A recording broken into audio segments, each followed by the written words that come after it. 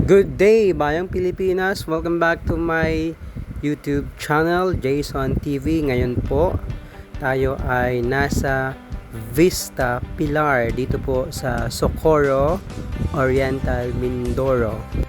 Dumaan lang kami dito kasi ay sabi ng aking mahal na asawa ay pumunta daw kami dito kasi nanggaling na siya rito. Galing kami ngayon doon sa Nauhan. So sabi niya, quick visit tayo doon. Tingnan natin kung maganda pa rin ba. Nakasaan po kayo? Pola. Tigbaw. Yan yung natanhan ang mupuntang tigbaw. Pwede pa lumakad din eh. Hindi. Iba yung kahoy yan. Baklaseng kahoy yan. Doon kuya pwede? Pwede rin. Ah, Ano na po? pwede ba din eh? Huwag ka na, ako na lang dito. At sinubukan ko na nga mga ka-chismax na maglakad dito. Sa tingin ko ay nakakatakot talaga dito. At sa gawing ito ay may magandang lakaran. At dito naman ay ang mga kahoy ay wala ng mga pako, mga ka-chismax nagkakalampagan. Kaya kung kayo ay pupunta rito ay mag-iingat kayo. At sabi ni Sweetheart ay maganda daw ito at iyang nyo nakikitang iyan na floating ship ay maganda daw yan nung sila ay nagpunta dito. Maganda naman talaga yung paligid, tahimik, luntian, maririnig mo yung hampas ng alon, simoy ng hangin. Abay, napakaganda nitong lake nito. Perfect ito para sa magjowa. Ito pala yung dating floating ship, mga Ito siya ka-chismax. dati. At ito na siya ngayon. Ayun po, Melgar. Melgar nga po. At pinuntahan ko nga ito. Abay, talaga namang napakaganda nga naman ito. Stainless.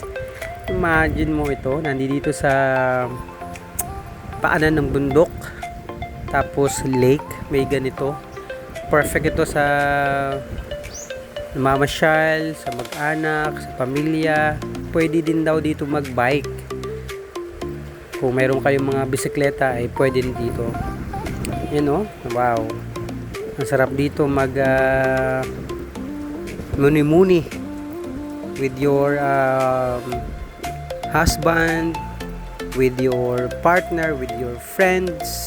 Sabi ni Kuya Roderick, yung nagbabantay, kapatid siya ng may-ari nito, ang plano itong buong tabihan ng lake na ito ay gagawin na ng ganito. Yun ang bahay nila oh. Gagawin na ng ganito at magiging isang tourist spot talagang maganda at maayos. Alright. So, first time ko dito sa Vista Pilar. Ganda dito pala. Ano kaya? Pwede kaya ito sa tabing dagat. Ito ay lake. Tapos pansin ko wala naman siyang kalawang. Ano kaya? Yung ganitong design, yung bang magandang pasyalan din ano. Yung ganito rin ang gagawin mo sa tabing dagat para hindi na maglalakad yan mismo sa buhangin kundi dito na. Balik na muna tayo mga ka-chismax kasi hindi natin kayang pasyalan yan. 2 kilometers daw yan, sabi ni Kuya Roderick. At sabi rin niya, maganda rin daw dito kapag gabi. Kasi itong mga ilaw na ito, kung mapapansin nyo mga ka-chismax, lahat ng yan ay gumagana. Kaya perfect talaga ito para sa inyong mga pamilya, kaibigan at mga tropa kung gusto ninyo mag-relax sa gabi o sa hapon. Yun, nakarating na kami doon sa bundok na yun, Tigbaw. Nakarating na kami doon nung kami ay nag-survival. You're my sweetest addiction. At yun na nga, mayroon na early bird dito. At yung sa mga single naman dyan, pwede rin naman kayo mamasyal dito. Mala nyo ay makatagpo kayo dito ng inyong The One. Anong petsa na? 2026 na mga ka-chismax. Kagaya nga ng sinabi ko mga ka-chismax, quick visit lang.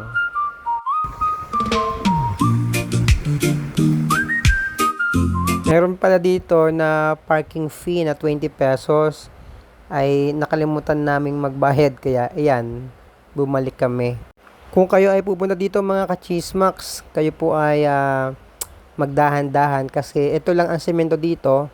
Mamaya papakita namin pataas. Yung daan papunta rito ay rough road, madulas, madaming mga graba. Mga ka-chismox, bumalik kami kasi ay nakalimutan namin magbayad, kaya lang sabi ni Kuya Roderick wag na daw at libre ID. Maraming salamat naman sa iyo, Kuya Roderick. Okay. From Vista Pilar, this is the way out here. Going up, yan. Putol pa po ang kalsada. Rough road po ang kalahati.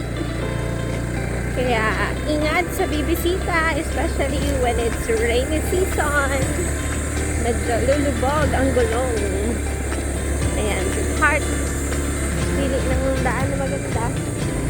Nakita nyo naman po mga ka-chismox itong daan at talagang mabato ay mabuhangin pa.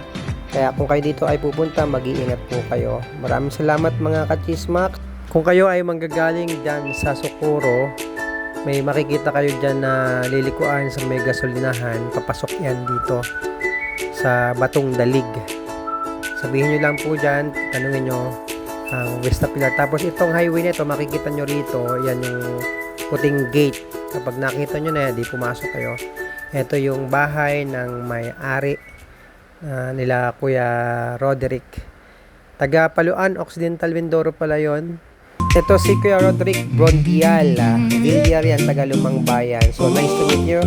Boys, maraming salamat mga ka-chismox. Uli sa susunod nating video, magkita-kita tayo. God bless everyone. Mabuhay po kayo. Please share and subscribe. Got 1,000 things to do, and your phone keeps buzzing through. Just unplug